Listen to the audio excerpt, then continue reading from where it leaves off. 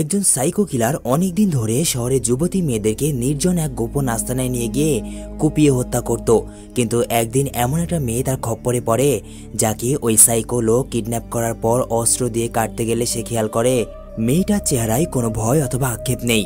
সে একই দৃষ্টিতে তাকিয়ে আছে তার দিকে। এটা দেখে ওই সাইকো কিলার একটু অবাক হয়। এরপর তাকে কাটতে সে আরো বড় এবং ধারালো চাকু নিয়ে আসে।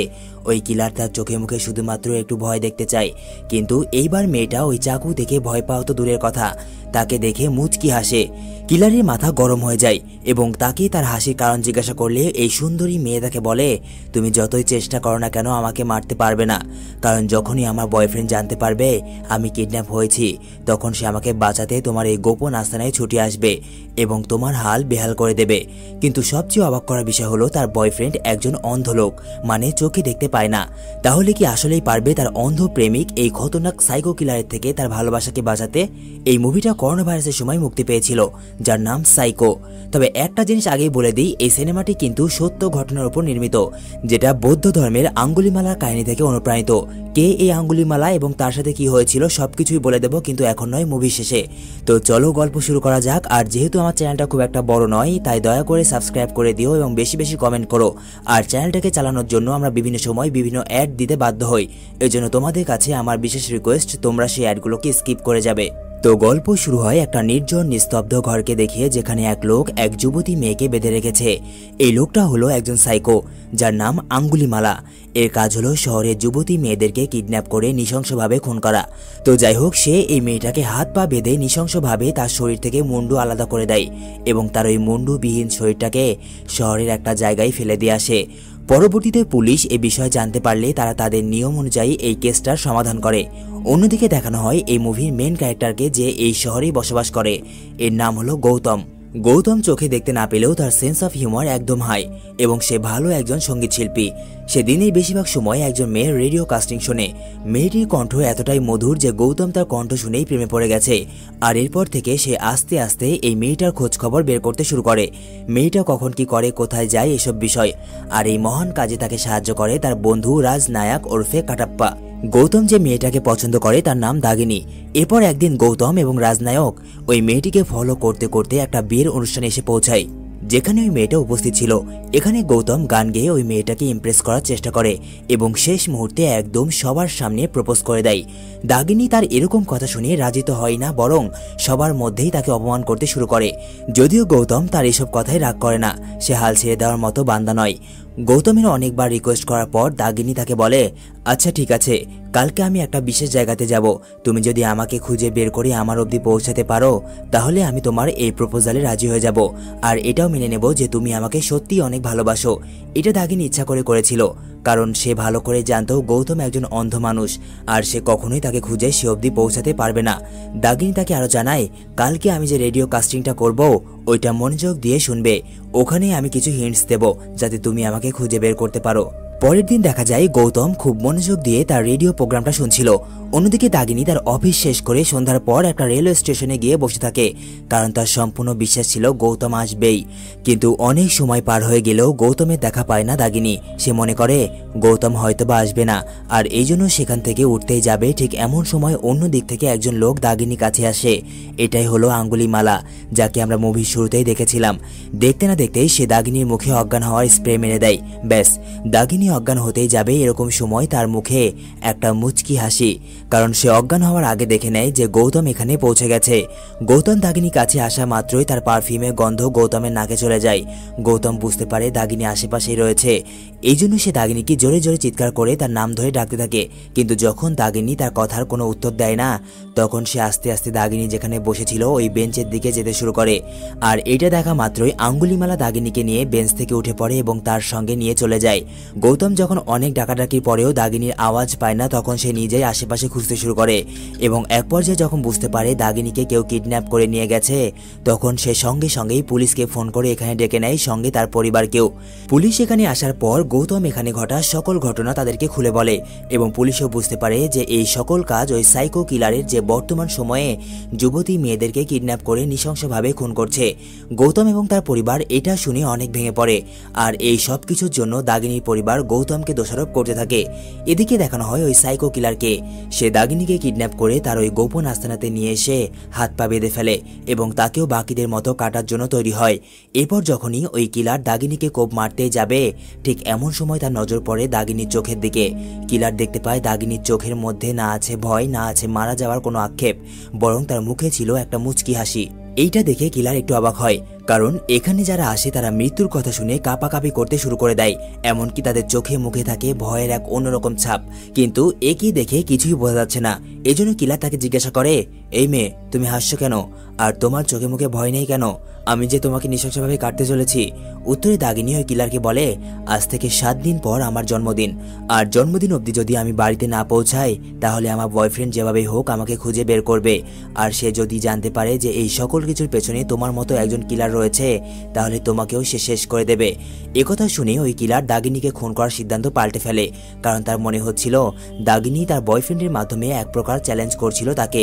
এই জন্য সে দাগিনীকে না মেরে সেখান থেকে চলে যায়।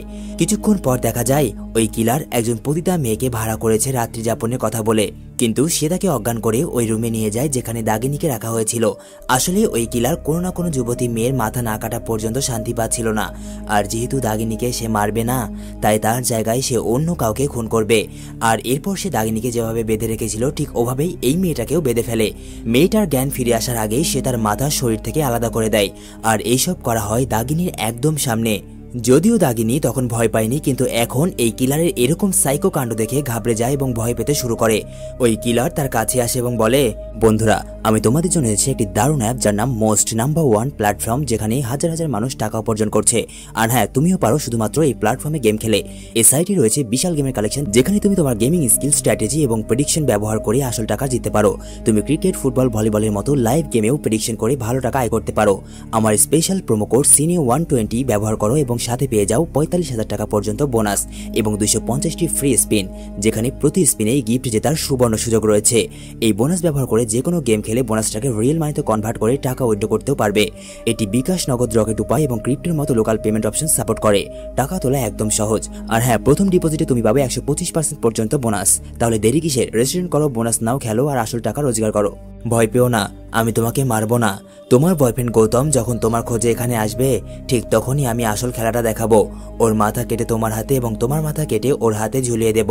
আর এটা না করা পর্যন্ত আমার শান্তি নেই। পরের দিন পুলিশ নির্জন, লোক সমাগম কম এরকম জায়গায় একটা লাশ খুঁজে পায়, যেটা ছিল ওই পতিতা মেয়ের, যার মাথা ওই কিলার কেটে নিয়েছিল।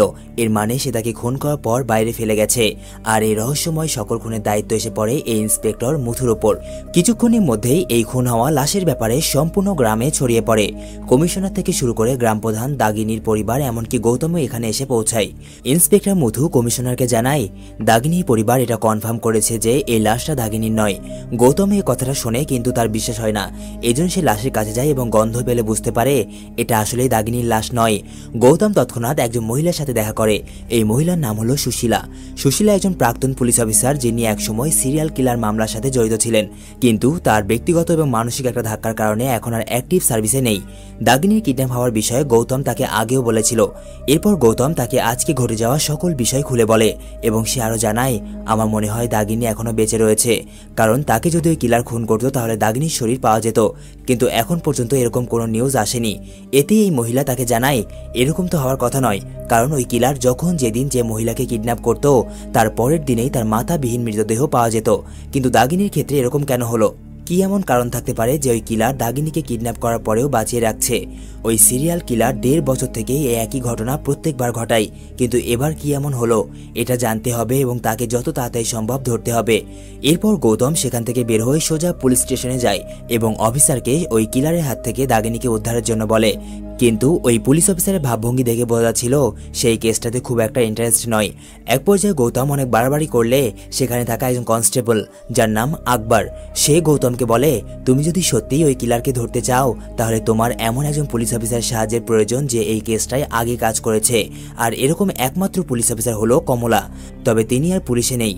উনি চাইলে তুমি তার সাথে এই বিষয়ে কথা বলতে পারো। একথা শোনা মাত্রই গৌতম নাচরবান্ধার মতো এক্স পুলিশ অফিসার কমলার বাসার খোঁজ করে গিয়ে পৌঁছায় তার বাড়িতে। এখানে দেখা যায় কমলা হুইল চেয়ারে করে চলাফেরা করে, কারণ তার শরীরের কিছু অংশ একটা দুর্ঘটনার কারণে প্যারালাইজড হয়ে গেছে।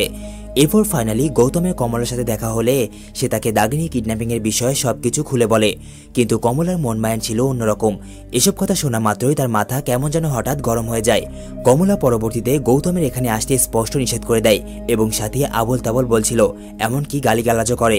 কমলার এসব কথা শুনে গৌতমের মাথায় আগুন ধরে যায়। সে আস্তে আস্তে কমলার কাছে যায় এবং মুখ খুঁজে বের করে গালে কষিয়ে একটা থাপ্পড় দেয়। এরপর সেখান থেকে চলে যায়। অন্যদিকে এক পতিতার মিসিং রিপোর্ট পাওয়া মাত্রই পুলিশ অফিসার সেই পতিতালয়ে যায় এবং সেখানে বিভিন্ন বিষয় জিজ্ঞাসাবাদ করতে থাকে। এখানে জানা যায় যে মেয়েটা গায়েব হয়ে গেছে, তার নাম রানী। সে নাকি কাল রাত থেকে উধাও। সেখানে থাকা একটা মহিলা পুলিশ অফিসারকে বলে, কাল রাতে রানী আমাকে ফোন করেছিল এবং বলেছিল সে নাকি তার এক নতুন কাস্টমারের সাথে রয়েছে। তার ওই কাস্টমার তাকে নাকি একটা নামি দামি গাড়িতে করে নিতে এসেছিল এবং সে দেখতে অনেকটা হ্যান্ডসাম। পুলিশ অফিসার এই বয়ান শোনে এবং আরও কিছু প্রমাণ জোগাড় করে ধারণা করে যে এই মেয়েটাকে যে খুন করেছে সে ধনী একজন ব্যক্তি, কিন্তু কেন সে এই পতিতাকে খুন করেছে। এদিকে আবার ওই দিন রাতেই কমলা তার মাকে সাথে নিয়ে গৌতমের বাড়ি আসে, কারণ সে সিদ্ধান্ত নিয়েছে সে যে কোনো মূল্যেই হোক না কেন ওই কিলারকে ধরবেই আর নতুন করে কোনো মেয়ের জীবন কেড়ে নিতে দেবে না। কমলা গৌতমকে জানায়, সর্বপ্রথম আমাদেরকে এই কেসটা সম্পর্কে যত প্রমাণ এবং ফাইল রয়েছে সেগুলো একত্রে করতে হবে। এই সমস্ত ফাইলগুলো রয়েছে পুলিশ স্টেশনে, সেখান থেকে ওই ফাইলগুলো আমাদেরকে সরিয়ে আনতে হবে। আসলে কমলা 1.5 বছর থেকে এই কেসটার পেছনে লেগেছিল, কিন্তু অ্যাক্সিডেন্ট হওয়ার কারণে তাকে এই পেশা থেকে সরে আসতে হয়। এরপর কমলা গৌতমকে পুলিশ স্টেশনের কোথায় কি রয়েছে এই সবকিছু সম্পর্কে ধারণা দেয় এবং তাকে পাঠায় সে অফিসে। গৌতম খুব সাবধানে এবং চুপি সারে ঢুকে পড়ে অফিসের মধ্যে। ঠিক এমন সময় কে যেন গৌতমের পিছু করে এবং পেছন থেকে হুট করে গৌতমকে গলা চেপে ধরে। এদিকে আবার ইন্সপেক্টর মুথু তার বাড়ির চাবিটা অফিসে রেখে চলে গেছিল, এই জন্য সে চাবিটা নিতে আবার অফিসে ফিরে আসে এবং চাবিটা নিয়ে চলে যাবে। এরকম সময় তার কেমন যেন মনে হচ্ছিল অফিস রুমে কেউ রয়েছে, কিন্তু সে এতে খুব একটা গুরুত্ব দেয় না এবং সেখান থেকে চলে যায়। তার চলে যাওয়ার পর দেখা যায় যে লোকটা গৌতমের গলা চেপে ধরেছিল সে আসলে অন্য কেউ নয়, বরং পুলিশ কনস্টেবল আকবর। আসলে আকবর ওই খুনিকে ধরতে গৌতমকে সাহায্য করতে চায়, কিন্তু যখন সে টের পায় অফিসার মুথু অফিসের দিকে আসছে তখন সে তাকে লুকিয়ে ফেলে। এরপর কনস্টেবল আকবর পুলিশ স্টেশনে থাকা ওই কিলারের কেস সম্পর্কে যত প্রমাণ এবং কাগজপত্র রয়েছে সবগুলো জেরক্স কপি করে গৌতমকে দিয়ে দেয়, কারণ সে ভালো করে জানতো এই কেসের সাথে ইন্সপেক্টর কমলা রয়েছে। গৌতম কাগজগুলো সোজা নিয়ে যায় বাড়িতে, যেখানে রয়েছে ইন্সপেক্টর কমলা। ইন্সপেক্টর কমলা এই কাগজগুলো ভালো করে স্টাডি করলে জানতে পারে এই পর্যন্ত ওই সিরিয়াল সাইকো কিলার 14 জন যুবতী মেয়েকে নৃশংসভাবে কুপিয়ে হত্যা করেছে, যার মধ্যে 4 জন ছিল পতিতা এবং বাকিগুলো ছিল নিজের জীবনে সফল। এদেরকে গায়েব করার পরের দিন মাথাবিহীন অবস্থায় পাওয়া যায়। এরপর কমলা এবং গৌতম সহ বাকি সবাই ওই সকল মানুষদের বাসায় যায় যাদের মেয়ে গায়েব হয়ে গেছিল এবং তাদেরকে তার মেয়ের কিডন্যাপিং এর বিষয়ে জিজ্ঞাসা করলে তারা জানায় বাড়িতে ফেরার সময় তাদেরকে নাকি কিডন্যাপ করা হয়েছিল। এরকম নানা কথা শুনে তারা সেই রাস্তায় যায় যে রাস্তায় ওই মেয়েদেরকে কিডন্যাপ করা হয়েছিল। এখানে আসার পর গৌতম এবং কমলা একটা জিনিস খেয়াল করে যে রাস্তায় তাদেরকে গায়েব করা হতো সে প্রত্যেকটা রাস্তায় একটা করে ডাস্টবিনের বাক্স রাখা রয়েছে। এর মানে অবশ্যই এই ডাস্টবিনের বাক্সের সাথে তাদের গায়েব হওয়ার পেছনে কোনো কারণ রয়েছে। তারা এমন কোনো কিছু দেখেছে যেটা দেখা মাত্রই ডাস্টবিনের কাছে গিয়ে থেমেছে এবং ওই কিলারের শিকার হয়েছে।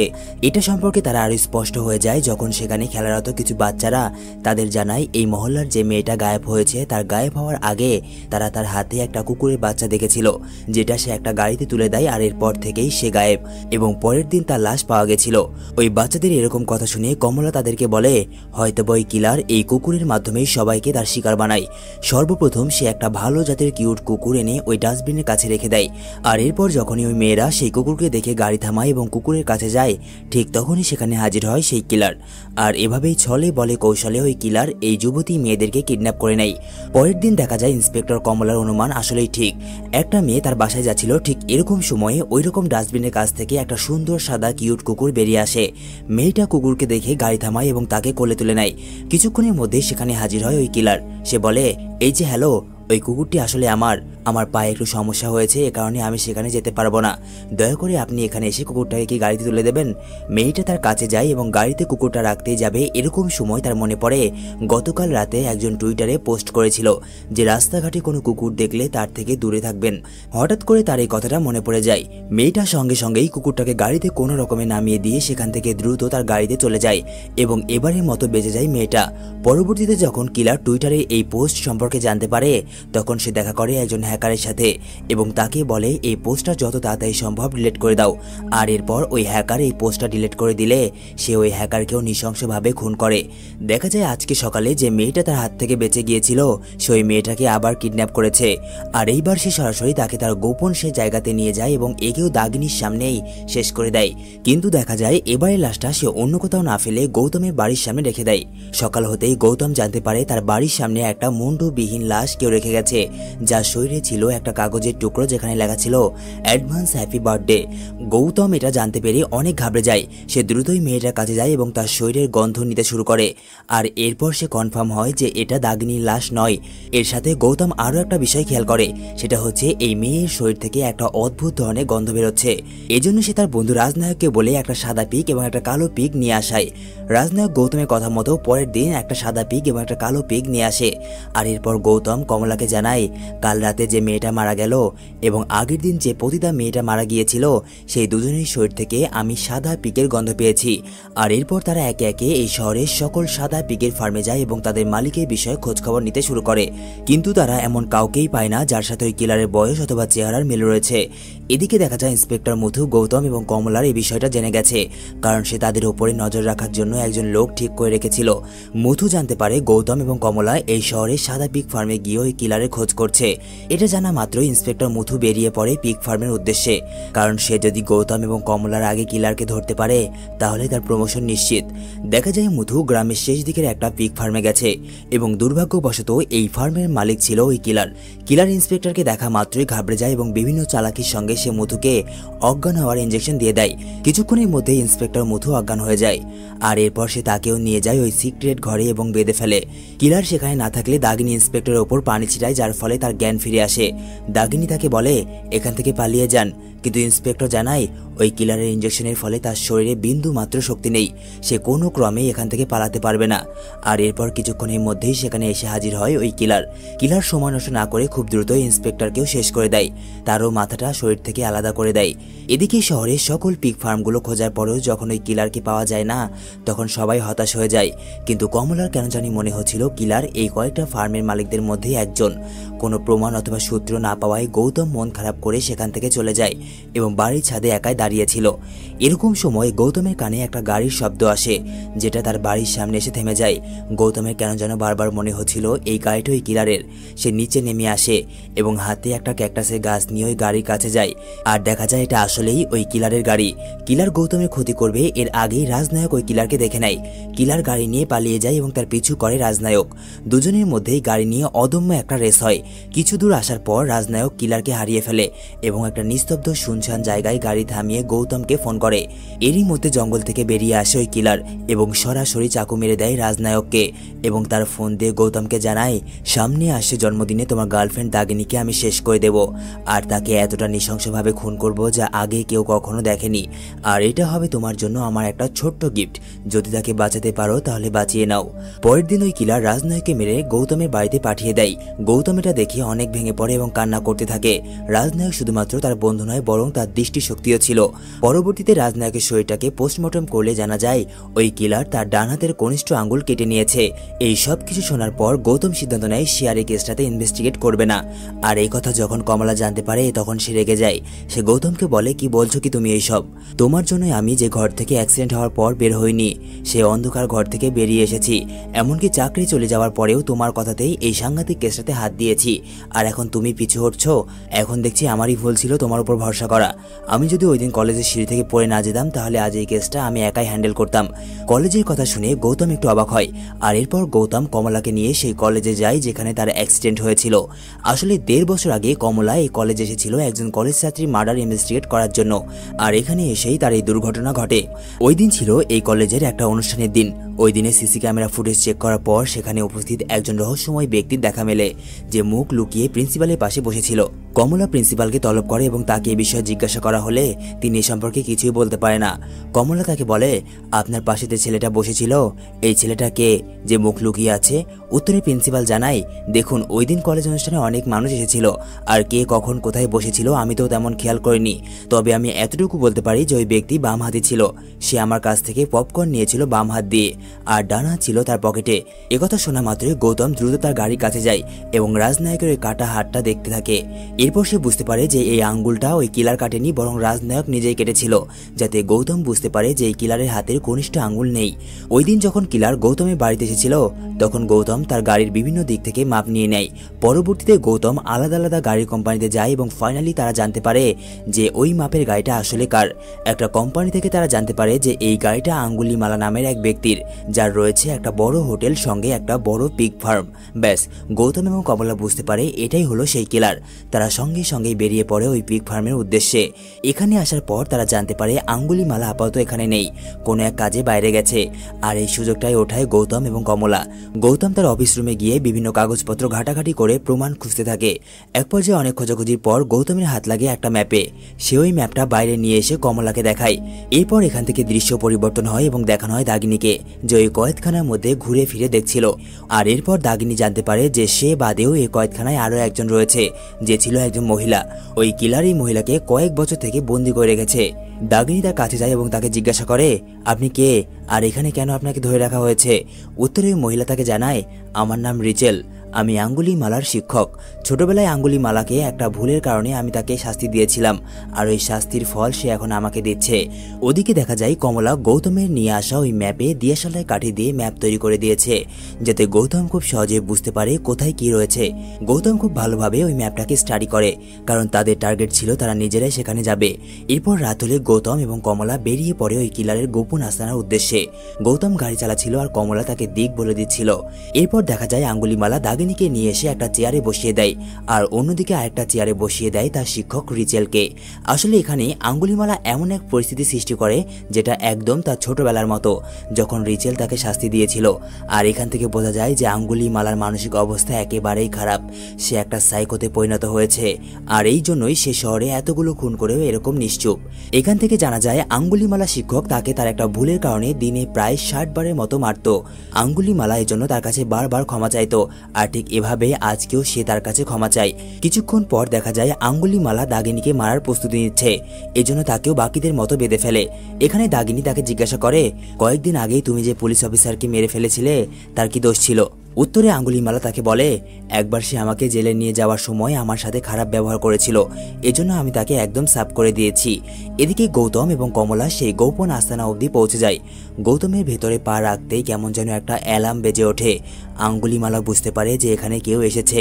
এরপর সে বাইরে আসলে দেখতে পায় গৌতমকে। সে গৌতমকে দেখা মাত্রই ছুটে যায় তাকে মারতে। এরকম সময় হঠাৎ করে পুরো গ্রামে পাওয়ার কাট হয়। এটা আসলে করেছিল কমলার মা, যেটা তাদের প্ল্যানের একটা অংশ। আর এরপর আঙ্গুলিমালা গৌতমকে খুঁজতে শুরু করে।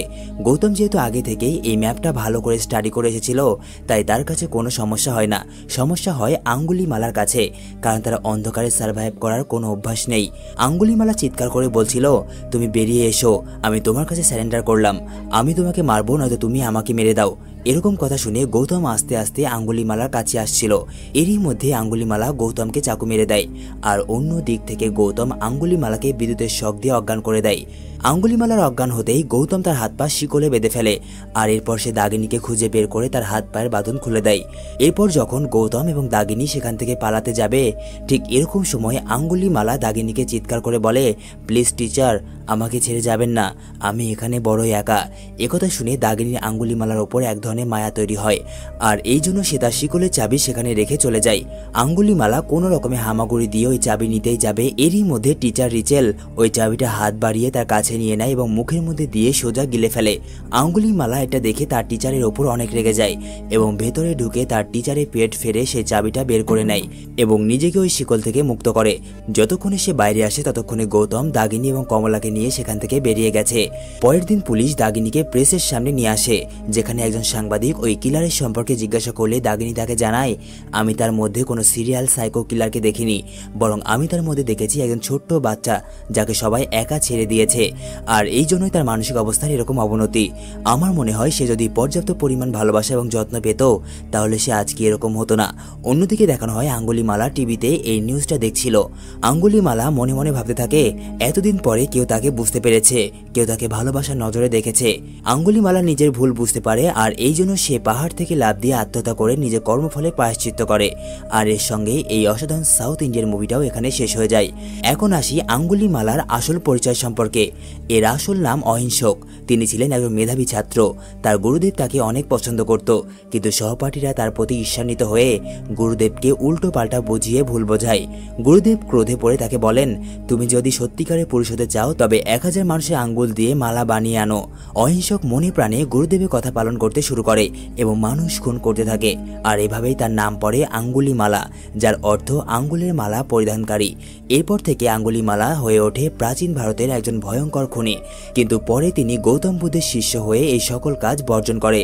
প্রত্যেক মানুষেরই খারাপ হওয়ার পেছনে কিছু কারণ থাকে, যা এই মুভির পরিচালক খুব ভালোভাবে ফুটিয়ে তুলেছে। তো যাই হোক, আজকের এই গল্পটা কেমন লাগলো কমেন্ট করে জানিয়ে দিও।